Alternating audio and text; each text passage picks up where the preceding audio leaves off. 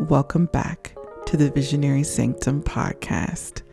Each episode, my goal is only to continue to elevate the level of production. And this time, we've got some intro music to set the mood, okay? Vibe out with me just for 3 seconds, okay? 3, 2, 1. Did you feel it? Did you feel the vibe? Anyway, let's get into it. Actually, before we hop into these topics, I want to do a little check-in for myself. I'm feeling great. I put on a cute outfit today. I smell really good. And life's good. I can't complain. There's always something to complain about, but overall, I'm feeling great. And I want to say these last couple of weeks socially have been a great time. I haven't been out this much in a few years. So while I had a lot of fun these past few weekends, it's nice to not have as much to do and take some time to recharge so we can do it again this weekend. All right, that's the end of my little checkup. Let's get into it. The first thing I want to get into is Visionary Sanctum. Now, in previous episodes, I've discussed lightly what Visionary Sanctum is to me. But as time goes on, this entity, right, it's an energy of its own, is only going to grow more and more in depth. And I want to dig more into what it means to me and its connection to me. So I identify as a creative entrepreneur. I found a label for myself. And Visionary Sanctum is my creation. And I've always been drawn to creativity and entrepreneurship, but this is my first time taking it seriously, combining those two things together. And when I first created Visionary Sanctum, I wanted it to be a way of storytelling. And I shouldn't say wanted it. That's what it is right now. I was trying to figure out what is the best way for me to go about portraying the story. So I started on Instagram. I was going to different events and I was actually making sure that I asked people for their Instagram. Previously, when I was going to places, I wasn't asking. Like, let's build this following in person, And then I was like, all right, well, I got to get a post up because I started this Instagram fresh. Got to post up my birthday. Then I said, okay, well, all these people are following me and they're asking me what do I do and what kind of creative. So that means I need to show people on their timeline. So I started posting videos so people could know me spiritually, emotionally, mentally, some of my overall morals and ideas. I'm like, okay, this is a great way to put it. How do I expand? And something I for sure wanted to do is get into long form and do it consistently. And here we are in the long form. I'm like, okay, I'm feeling this. Well, what's another way that I can really add more into the creativity aspect here? And then I was like, graphics. So graphics are the new thing. That's what I've been working on. And I started off by doing a defining graphic or carousel on Instagram. And I don't have any experience at all in graphic design. So I just got on Canva and made a little something and put it together. I put definitions, I put mission statements, I said what my overall goal and purpose is. After I read it, it looked a little corporate, but I decided not to change it because this is both creativity and entrepreneurship. And when it comes to business, sometimes the girls need to get a little corporate. Okay? Just a little corporate. And I was very proud of myself by being able to build this thing. And as I'm creating each piece purposefully, it's made me think about why I've been drawn to creative entrepreneurship. And it is because not only can I make a couple coins, but I can really create something as a living and breathing entity thing, right? And it be connected to me. I, of course, want to be a productive citizen of society, right? We live in a capitalist society and I'm aware of that. And I'm going to do what I can do to live an abundant life as ethically as possible, but an abundant life. And I still want to be able to do it while being tied to something that I believe to be beautiful, that I believe to be an extension of myself. And Visionary Sanctum is only piece number one. I know that over time, as I continue to grow this, I'm eventually going to grow other things. And I think after I build this piece as like a proof of what can be done, I plan to help others do the same thing. That was just a storytelling piece I thought about. With that being said, the part-time job I have, hours, they've been slowing down. Okay. And I'm waiting on these real estate commissions and stuff like that. So, needless to say, I have a lot of time on my hands while I'm chilling, waiting on some coins, waiting on a couple shifts. And rather than being bored, I've decided to treat building Visionary Sanctum like a full-time job. Instead of becoming bored, seeing this as a blessing, which is an abundance of time, because I truly am okay. I don't really have anything to worry about. Let me use this as a time to create and rest and create some more.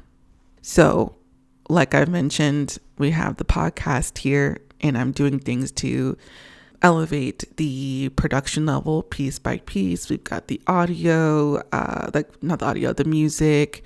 I've changed audio a little bit for it to sound a bit cleaner.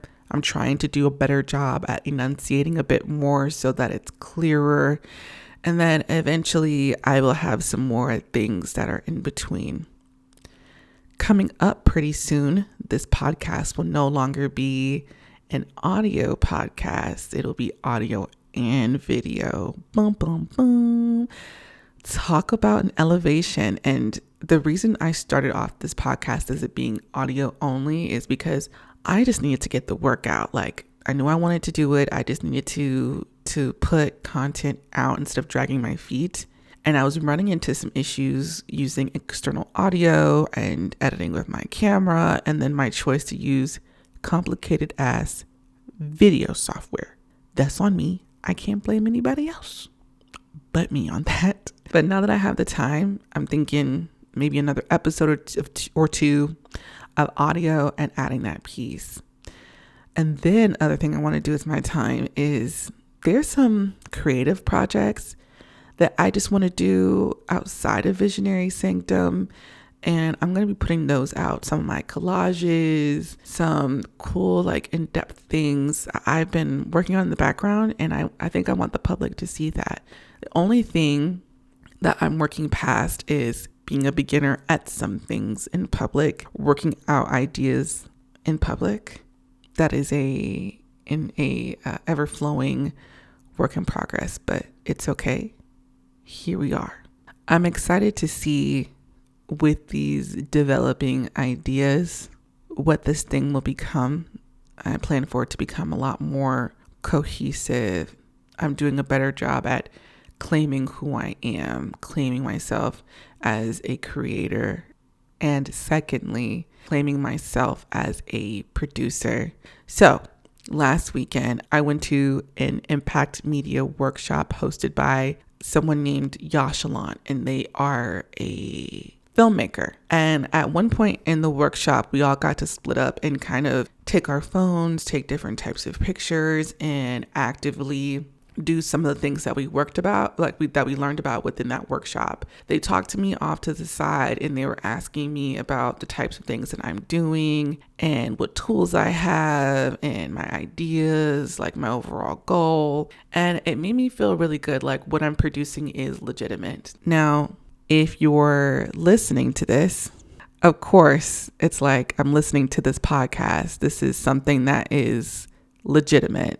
Why would I feel like what I'm producing is not legitimate? But it felt good for me to speak to someone who does this professionally. And he was like, you are a producer. And shout out to her. Okay, you're right. I am a producer. This is a production, even if it's just me, a girl, and her microphone and a laptop and a nice big dining room table with a bunch of shit on it. All right. It is still a production. I take the time to create this. I take the time to plan out these ideas and these topics. I put the outlines together. Okay. I edit this shit. I found the music at the beginning and the end of this podcast. Me. I did that. I'm a producer. And I'm like, let me go ahead and add this on LinkedIn. I'm a producer, goddammit. Like, look at me. And I'm going to continue to claim those things: creative entrepreneur and creative producer. Maybe we can add director to a couple things eventually, but we'll see. And that's all I got going on with the entrepreneurship front right now. Eventually I'll get a little bit more into real estate, but I'm still trying to establish more of an identity first with this, because I feel like now is the right time. Let's get into creativity. So something I have noticed right now is with this notebook I've been using, okay, I now write every single thing down. It used to be, at the end of the day, I'll write something. In the morning, I'll write something. No, I bring the notebook with me because you never know. Sometimes you can get downloads from the spirit. Won't he do it?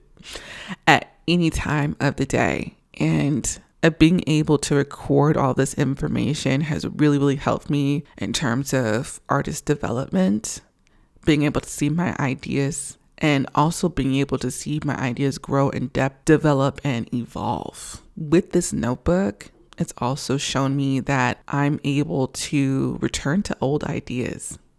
I was not returning to old ideas. Hell, at one point, when I had a notebook and I was writing stuff down in it, I wouldn't even look again. Sometimes I'm like, I don't like that idea anymore. I'm so embarrassed that I thought of that. This isn't this full perfect thing the first time. Now, the notebook has become a place of self-discovery, a place of writing freely, crossing things out, writing stuff at funny angles, really being a way to create an in-depth, I don't want to say roadmap, but like a network, a web of all these different things that eventually they connect. They create a network of my growing creative thought process. With these ideas leaving the notebook, it's only made me more confident, and in a sense, in practice, this notebook is a space of creative action and not just a place to record ideas that never leave. And not only with it being a space of creative action, it has now become a tool for manifestation. And as I continue to write more and more in this notebook, as my ideas grow and evolve from the beginning of the pages to the middle of the notebook that I'm at, it just makes me more excited for all the other things that I can manifest and develop, whether it be through Visionary Sanctum, a girl just being, me just being Angelica. I'm going to continue to write things down. That's all I got going on the creative front. Transitioning from manifestation in the creative space. Let's talk about manifestation in the community. Angelica's favorite topic. So like I mentioned earlier on in the podcast with these updates about me going outside, I'm outside with the community, girl, like with the girls and everybody. And something I've noticed and journaled about a little bit when it comes to the community that I have is the fact that I've been able to develop really beautiful, healthy relationships with men in my community. And it's been a very healing experience. I'm no stranger to negative experiences with men, traumatizing experiences, if we're being honest. And when we're online, especially if you have a day of a good doom scroll, if you will, there's a lot of images, a lot of messages surrounding men and their behavior that is really, really negative. To some extent, it really is true. There are a lot of guys out like that. Patriarchy is shitty and reinforces these violent ways of being amongst all of us, honestly. Anything that's deemed to be masculine, but most of those correlations go with men, because men reap the benefits of being violent. At least they're taught that they can. So with those conversations, those negative conversations, these very negative experiences that people have with relationships, and then those videos get the most interaction, they are the most polarizing. So those things get shared over and over and over and over again. And that's what I'm constantly seeing. So I think that had contributed not just my experience, but seeing those negative things reiterated all the time to my negative view of men. But I had to kind of come to grips with the fact that if I want to eventually have a life partnership with the man one day, I can't go around hating men. Like, I can hate patriarchy, but I can't be on edge, or not necessarily on edge, but I can't be so guarded and so against men's existence, because if I believe that there's someone out there, that there's a man who's going to love me, I need to be open. I need to have my heart open. And I also need to learn, what does that guy even look like? What does he act like? What spaces is that person in? What spaces is that person in? Who is the type of person I want to be as an individual? What does partnership look like for me? And in order to explore those things, I need to have a positive view of myself, a positive view of my community, and a positive or a more dynamic outlook of the opposite sex. And I've been able to do that in community with these great platonic connections that I have created.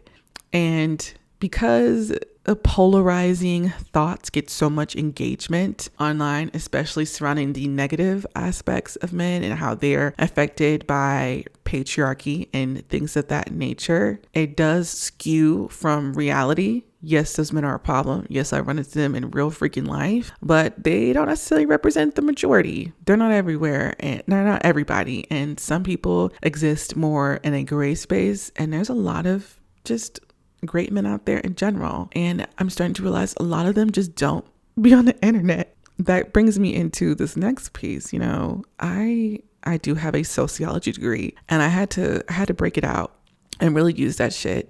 So men and women are socialized completely different. And so when women come and express their frustrations with men, it's going to be all over the internet. That's kind of how it works. And a lot of the men that we see online that are extremely negative when it comes to women, they're just spewing patriarchal, misogynistic bullshit that's reimbursed in society. But if a man were to come online and try to defend women or have a more feminist perspective, I think men are socialized to believe that it's messing in women's business, or that it's considered to be bitching and whining. And a lot of Black men, especially who are more unproblematic, their thought process is love their community, love their family, and stay out the way and leave the bullshit on the internet. They don't necessarily see it as they need to show up online too and create those spaces. They are outside touching grass and minding their business because they're just not socialized to do all of that and make that type of display. It's not seen as being a man or being masculine. And yeah, those are just some of those things I've noticed between the sexes by being engaged in community and touching grass. So since we talked about touching grass, girl, community has made me a lot more grounded in reality. Kind of like how I talked about my thoughts of comparing things that I see online versus in real life. And not just the conversations about men and women, but conversations in general online are extremely polarized, and people just are not that damn extreme or that bold IRL. And beauty. When you are outside constantly and in spaces where you're really connecting with those around you and really looking in everybody's faces and being present, you could just see how beautiful other humans really are. And everybody looks so different. Everybody's unique. Everybody has a unique energy. I think when we compare being present in real life versus what people share online is this very limited, very linear thought of what beauty should look like. But when you're present and you're paying attention, beauty is so diverse. And what makes people beautiful is their energy and their individuality. And in real life, it's loved. Like I said, polarizing and negativity is easy to circulate because it causes outrage. So you don't get to see it as much. But there's a softness and a connectivity between people and community that I'm so blessed to be able to experience, see, and touch. And as I continue to establish myself with those here in the city of Chicago and those around the world, I'm only becoming more and more grounded and tapped into that beauty around me. And as I'm becoming tapped into it, I think it's changed my energy. I'm thinking that I'm radiating something that's full of light and very attractive inside and out. And that's the type of beauty. That's the type of beautiful that I want to be and that I want to express. Within all these connections that I've made, I think something else I have noticed within myself is my expectations when it comes to friendships has changed. A lot of the connections I've tried to build as an adult, because I'm younger, were like a college, and then, COVID happened in college. And I ended up with these friendships kind of like how I did in high school, where I just had a few very close friendships and we talked often, and I kind of hung out with those close people, and that was it. And so if somebody wasn't being consistent, if somebody changed, if somebody was constantly canceling, it wasn't the most reliable, but like I didn't have very many other options because it was difficult to meet new people. It just felt really, really devastating, like really devastating, just having a couple connections and then some of those connections being avoidant. It was just a lot if I got tired and felt like I couldn't, keep it up or anything like that. So now that there's so many people, if one person can't do something, it's okay. Or maybe I'm not trying to coordinate with someone. I just pull up to the event and I already know multiple people there. It feels good. And I can still prioritize myself and still show up for others at the same time. I'm not like quitting on one person or one individual in specific, because connection and community is abundant rather than just relying on these fixed friendships.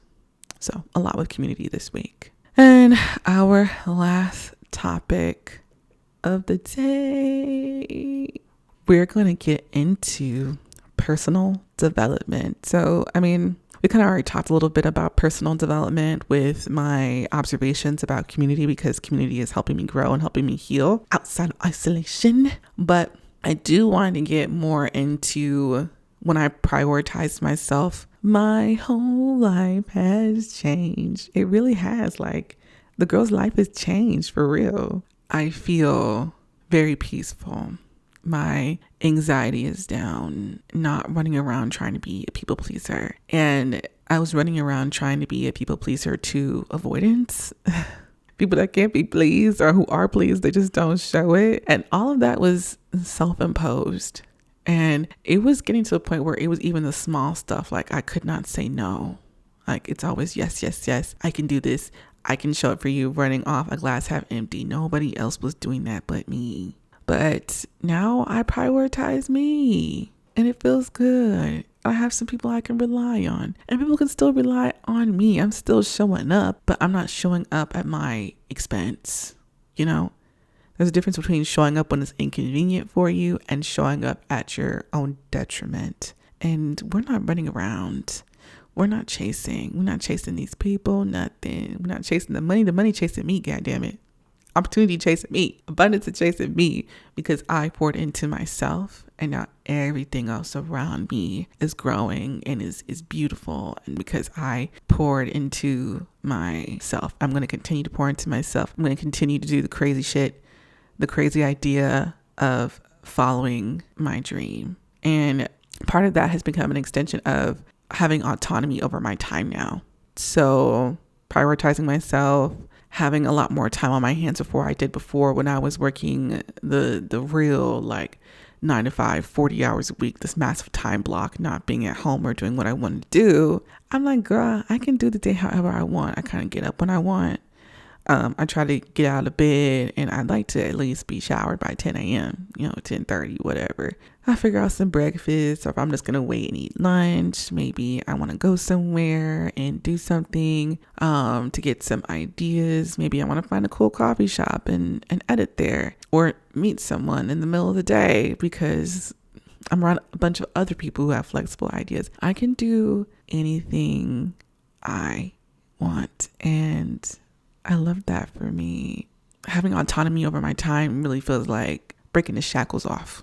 Okay, maybe Juneteenth inspired that statement. I don't know. But breaking the shackles off, I feel free. And that freeness, that liberation over the nervous system of not being constantly stressed and anxious, feeling free to create and build visionary Sanctum as a product of that, has been truly a liberating experience, which ties into me claiming who I am as a creative entrepreneur, as a producer, all the creative things I want to do, which is tied into me feeling a lot more present and able to connect with those around me, feeling a lot more grounded within the space that I'm in. It's also made me rethink how I feel about employment in general. I know I talked about it being like shackles, but now that I'm in a very flexible space, I'm actively pursuing work. It could be more contract work, which is okay. And I'm choosing roles to apply for roles that I think would further enhance all those things that I just brought up in my life that I'm feeling, and would feel like a place of autonomy as best as it can, because I am on somebody else's time if I'm employed, in that way. But I wanted to feel like it's adding to this ecosystem that I'm building for myself, rather than a space that I'm in constantly just for the purpose of survival. I hate being in survival mode. That shit is depressing as fuck. Okay. But that's the next piece, is employment that I feel like works within this ecosystem of connection, networking, community, creativity, personal development, like something rigorous where I really feel like my brain is working, something that's not monotonous. I haven't found it yet, but I have started looking. So if y'all know something, let me know. Okay. So we can go ahead and close out. That was a good session, y'all. I needed that. And I hope somebody else felt connected to those words too.